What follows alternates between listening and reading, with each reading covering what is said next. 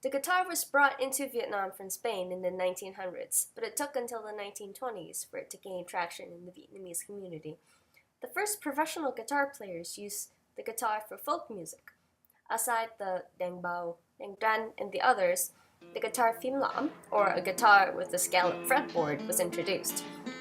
It was the creative love child of traditional Viet artists, a special kind of guitar that features extensively carved fretboards for ease of bending, a technique used frequently in cải lương, a form of Vietnamese Southern Revival theater / folk opera. The love for guitars even crossed the north-south border when guitars were incorporated into each side's regional conservatories.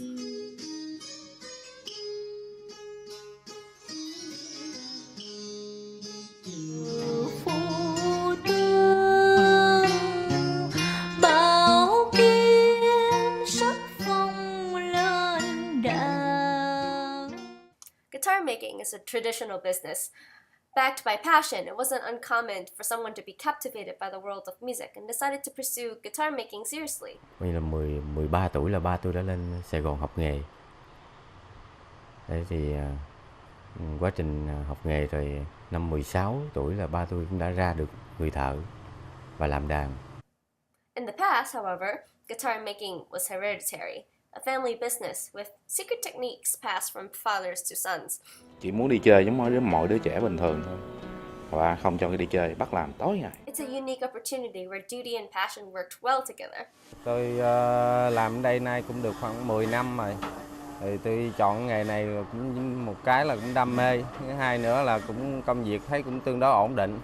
Thành ra cuộc sống cũng đỡ. This is particularly evident in Nguyễn Thị Thực Street, a well-known guitar street that stretched across the middle of Ho Chi Minh City. One of the most popular shops there is Guitar Ba Dung, or 3 frets. Still with a lot of heart and passion, the luthiers there are still quite well off, selling guitars to college students, whether it was the local college or those from Ho Chi Minh City Conservatory. The best source of income for them, however, is shipping their products overseas to a Western audience. The ability to mass-produce instruments at a relatively lower price made them a good option for many Western buyers. The guitars there were made from wood gathered in North America, like pine, because tropical wood found in Vietnam split easily, according to luthier Ton Tất An, one of the luthiers well-loved by overseas customers and owner of Duy Ngọc Guitars. However, he believes that not everyone in his street keeps these tips to heart. Business is generally good, but rent is getting more and more expensive, and some people are cutting corners to make ends meet. We used to all work and then play music together in the evenings. There's less of that now, and it's a shame. He and other older masters of handmade guitars seem to share the nostalgic sentiment of the old, where guitar crafting is a sacred, painstaking process that takes upwards of years to properly make. According to luthier Giang Văn Thân, I think a well-crafted guitar is like a gifted child, with great potential, and the rest depends on the luthier and the player to take care of, train its voice, and let it grow and become a well-rounded, successful adult. Although guitar business seems to be booming and lucrative, older luthiers are falling on hard times. Lacking on speed and publicity, they're only known through old rumors and exist almost as humble reclusive masters, a remnant of history long past its prime. Luthier Hoàng Minh Giang, son of Hoàng Dũng Nhiên and current owner of shop Nhạc Sơn, is one of the last well-known luthiers in Hanoi, and one of the last few surviving business in Vietnam in general that produces guitars with more traditional, handcrafted methods. In order to make a living, as well as preserving his father's craft, Minh Giang has taken up motorcycle, electric scooter, and bicycle fixing as his main income.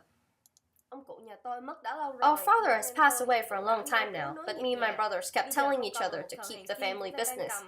The golden age of guitar has passed, so our old profession is more like a hobby, catering to true guitar lovers, he said. After all, only those who've once heard of the greats would seek out the greats themselves. In a different but somewhat similar fate, Vietnamese electric guitar makers are losing to overseas models. Luthier Ngọc Thức was another well-known figure in the early days, most notable for making electric guitars for musician Trịnh Công Sơn, an iconic musician of the 70s. Cue music.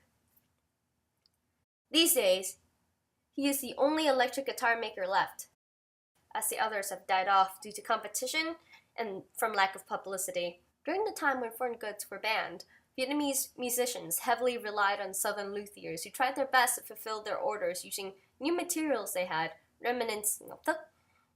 But nowadays, young people seem to prefer the more advanced Western models. Most luthiers ship their creation to shops who branded their guitars as that of the store, not of the luthier. A dream of a distinct Vietnamese brand seems further than it was. Nonetheless, luthier Ngọc Thức, Minh Giang, and others like him were determined to live and die with the craft.